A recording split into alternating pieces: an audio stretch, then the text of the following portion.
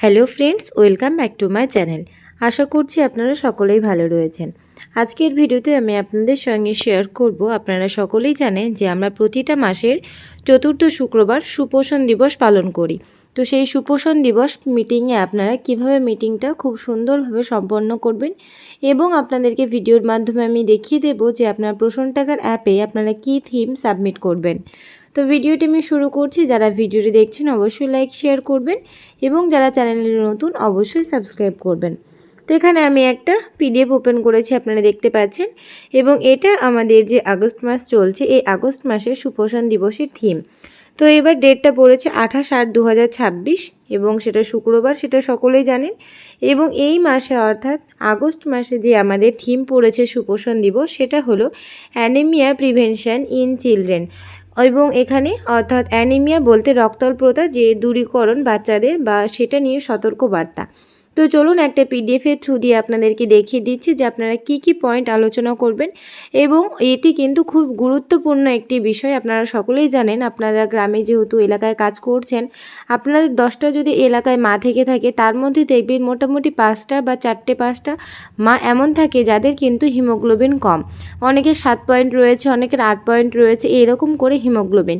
তো হিমোগ্লোবিন অর্থাৎ রক্তাল্পতাটা তাদের শরীরে রয়েছে এবং এটা একটা খুবই গুরুত্বপূর্ণ ব্যাপার। এটা শুধুমাত্র যে গর্ভবতী মেয়েদের সেটা নয়, তার সঙ্গে আপনার এলাকায় যেসব কিশোরী বালিকা রয়েছে, প্লাস গর্ভবতী প্রসূতি যে মায়েরা রয়েছে, এবং যে 0 থেকে 6 মাসের বা 6 বছরের যে বাচ্চারা রয়েছে তাদের গার্জেনদের সঙ্গেও এই ব্যাপারটা আলোচনা করা খুবই গুরুত্বপূর্ণ। তো চলুন আমি পিডিএফের থ্রু দিয়ে আপনাদেরকে দেখিয়ে দিই যে আপনারা কী কী পয়েন্ট আলোচনা করবেন এবং খুব সহজে আপনারা মিটিংয়ে সেটি বুঝিয়ে বলবেন। এখানে আমি একটা পিডিএফ ওপেন করেছি, আপনারা সকলেই দেখতে পাচ্ছেন, এবং এখানে আমরা যে রক্তাল্পতা প্রতিরোধ সেটা কিভাবে করবেন এবং আপনার সেখানে কি করণীয় সেই বিষয় নিয়ে আলোচনা করব। তো ভিডিওটি খুবই গুরুত্বপূর্ণ এবং পয়েন্টগুলো আশা করছি আপনারা পুরোটাই দেখবেন, কেননা প্রতিটা পয়েন্ট ভীষণই গুরুত্বপূর্ণ এবং এক একটা পয়েন্ট প্রত্যেকের কাছেই হয়তো খুবই কার্যকরী। তো এখানে প্রথমে আপনাকে কি করতে হবে, তো প্রথমে আপনারা যে হোম ভিজিট করবেন, তো সেই হোম ভিজিটে আপনারা যে দেখবেন যে কোন মায়ের, অর্থাৎ প্রথমে তো মায়ের নাম নথিভুক্ত করা রয়েছে, এখানে বলা রয়েছে। তারপরে সেই খাবার অর্থাৎ ঠিকঠাক খাচ্ছে কিনা এগুলো অবশ্যই, বা তার যখন আপনি হোম ভিজিট করবেন তার অভ্যাসগুলো বা খাওয়ার যে নিয়মগুলো সেগুলো আপনাকে জানতে হবে। এবং এখানে আপনাদের বলা হচ্ছে যে যেগুলো আপনারা পরামর্শ দেবেন সেটার মধ্যে রয়েছে যেই কোনো গর্ভবতী মা বা কোনো যদি প্রসূতি মা হয়, সে মা কতটা শাকসবজি পরিমাণ খান, সবুজ শাকসবজি, সেটার দিকে নজর দিতে বলবেন। এবং আমিষ খাদ্য অর্থাৎ যেটা প্রোটিন সমৃদ্ধ আমিষ খাবার সেগুলো খাওয়ার জন্য বলবেন। কৃমিনাশক ওষুধ এবং আইএফএ ট্যাবলেটগুলো অবশ্যই কিন্তু খাচ্ছে কিনা সেটা হোম ভিজিটে অবশ্যই কিন্তু আপনারা দেখে নেবেন। এবং তারপরে শিশু অর্থাৎ যেগুলো আপনাদের ল্যাকটেটেড মাদার রয়েছে বা প্রসূতি মা, সেই বাড়ি গৃহ পরিদর্শন করতে গিয়ে সেই মাও যেন বাচ্চা জন্ম দেওয়ার পরেও যেন আইএফএ ট্যাবলেটগুলো কন্টিনিউ করেন, সেই দিকেও কিন্তু এগুলো বলবেন। তো এগুলো গেল গর্ভবতী মা এবং প্রসূতি মায়েদের জন্য। তো এবার বাচ্চাদের ক্ষেত্রে অর্থাৎ কিশোরীদের ক্ষেত্রে আপনারা কি করবেন।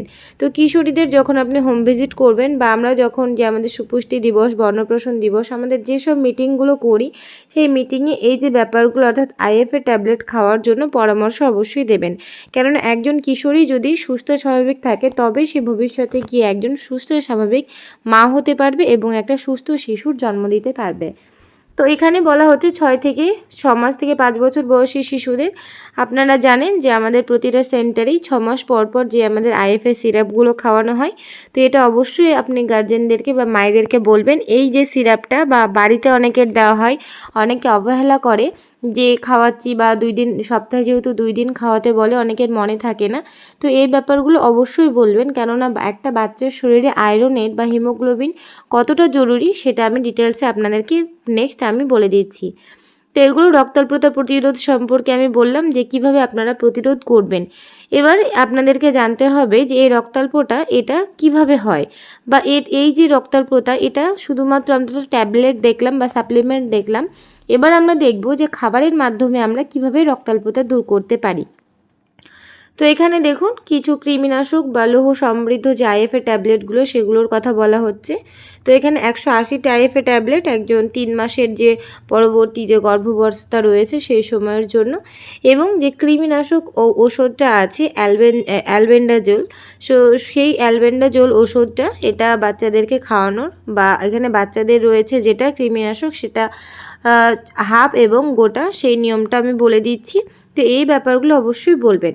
আর খাবারের কথা যেটা মোস্ট ইম্পর্টেন্ট, যে লৌহ সমৃদ্ধ খাবার অর্থাৎ আয়রনযুক্ত খাবার কি কি রয়েছে। তো প্রথমেই যেটা রয়েছে লেবু জাতীয় অর্থাৎ টক জাতীয় ফল এবং সবুজ শাকসবজি। তারপরে রয়েছে চাল, ডাল, গম এবং বাজরা জাতীয় খাবার। তারপরে রয়েছে যে মটরশুঁটি, শিম, বাদাম, কিশমিশ। তো কিশমিশটা কিন্তু খুবই গুরুত্বপূর্ণ, কারণ কিশমিশ বা বাদাম এগুলো কিন্তু শরীরে আয়রন এবং যে হিমোগ্লোবিন সেটা বৃদ্ধি করতে ভীষণ কার্যকরী। তো গর্ভবতী মহিলাদের ক্ষেত্রে আপনারা এখানে যে সবুজ শাকসবজি, দই, দুধ, প্রোটিন জাতীয় খাবারের কথা অবশ্যই বলবেন, এগুলো যেন তারা অবশ্যই তাদের মেনু চার্টে রাখেন।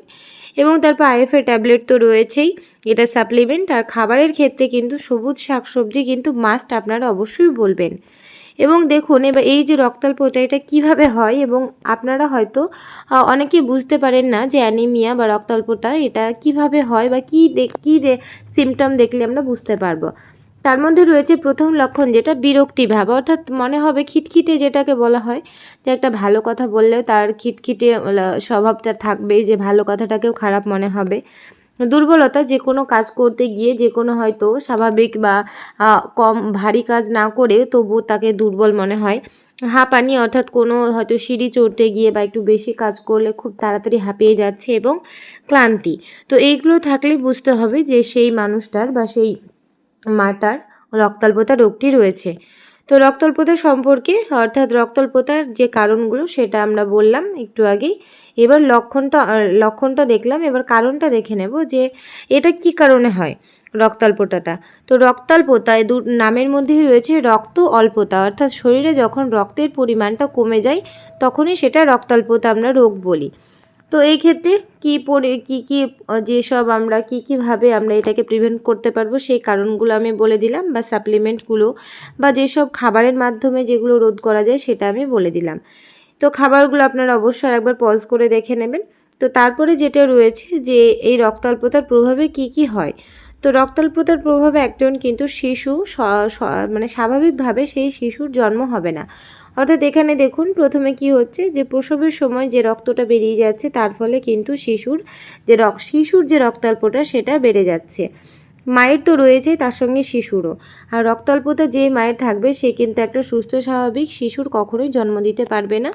এবং এই যে রক্তাল্পতাটা থেকে যাচ্ছে, এটা 13 বছর বয়সী যখন একজন বাচ্চা হবে সেই সময় কিন্তু তার রক্তাল্পতাটা যে 13 বছর বয়স থেকেই তার যে মাসিক চক্র সেটা শুরু হবে। অর্থাৎ এটা কিন্তু একটা রক্তাল্পতার লক্ষণ যে বাচ্চার রক্তাল্পতা রয়েছে। এবং বলা হচ্ছে যে প্রসবের সময় রক্তক্ষরণের কারণে কিন্তু মাতৃমৃত্যুর কারণ এটা হতে পারে, যে একজন মায়ের যদি শরীরে হিমোগ্লোবিন কম থাকে সেটা কিন্তু একটা মাতৃমৃত্যুর কারণ। তো এগুলো অবশ্যই বলবেন। আর কৃমিনাশক ওষুধ যেন খাওয়াই এগুলো বলবেন। আয়রনের একটা শরীরের বা মায়ের শরীরে বা বাচ্চার শরীরে কতটা কি প্রয়োজন তার গুরুত্বটা আপনারা এখান থেকে দেখে নেবেন অবশ্যই। এবং যে শরীরে কি সমস্যা হতে পারে বা কি প্রভাব হতে পারে সেগুলো অবশ্যই বলবেন।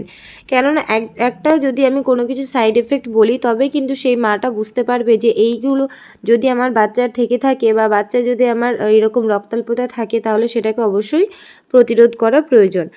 তো আশা করছি আপনারা বুঝতে পেরেছেন কি বলতে চাইছি, এবং আপনাদের যদি ভিডিওর মাধ্যমে বুঝতে কোনো জায়গায় অসুবিধা হয় আপনারা এটি পজ করে অবশ্যই দেখে নেবেন। এবং আপনাদের আশা করছি ভিডিওটি আপনাদের খুব ভালো লেগেছে। ভালো লাগলে অবশ্যই লাইক শেয়ার করবেন, এবং এইভাবে খুব সহজেই আপনাদের যে মিটিংটি রয়েছে সেই সুপোষণ দিবসের মিটিংটা আপনারা শেষ করতে পারবেন। তো এবার চলুন দেখব যে পোষণ ট্র্যাকারে আপনারা কি থিম আপলোড করবেন সেটি আমি এখানে ছোট্ট করে দেখিয়ে দিচ্ছি। তো পোষণ ট্র্যাকারেই আপনারা যখন সাবমিট করবেন সুপোষণ দিবস তখন আপনারা জানেন যে ইভেন্টে গিয়ে অর্থাৎ মোর অপশানে যেতে হবে। মোর অপশানে যাওয়ার পর ইভেন্টে ক্লিক করবেন, এবং ক্লিক করার পর আপনারা যে থিম সেটা দেবেন, এবং ডেট যেটা দেবেন, ডেট এখানে দেখুন বলা রয়েছে যে আমাদের চতুর্থ শুক্রবারের যে ডেটটা পড়েছে, তো এই মাসে যেহেতু 28 তারিখ পড়েছে, তো 28 তারিখের ডেটটি আপনারা সিলেক্ট করে নেবেন এবং তারপরে এই যে থিম রয়েছে, থিমে আপনারা সুপোষণ দিবস দেবেন এবং তারপর নিচের দিকে দেখুন এই যে সাবমিট বাটনটা রয়েছে, এখানে ক্লিক করবেন, তারপরে অবশ্যই আপনারা সাবমিট করে দেবেন। তো এইটুকুই আপনাদের সঙ্গে ভিডিওর মাধ্যমে আলোচনা করলাম। তো অবশ্যই সকলে ভালো থাকবেন, সুস্থ থাকবেন আর ভিডিওটি অবশ্যই লাইক করবেন। Thanks for watching. সকলে ভালো থাকবেন, সুস্থ থাকবেন। ধন্যবাদ।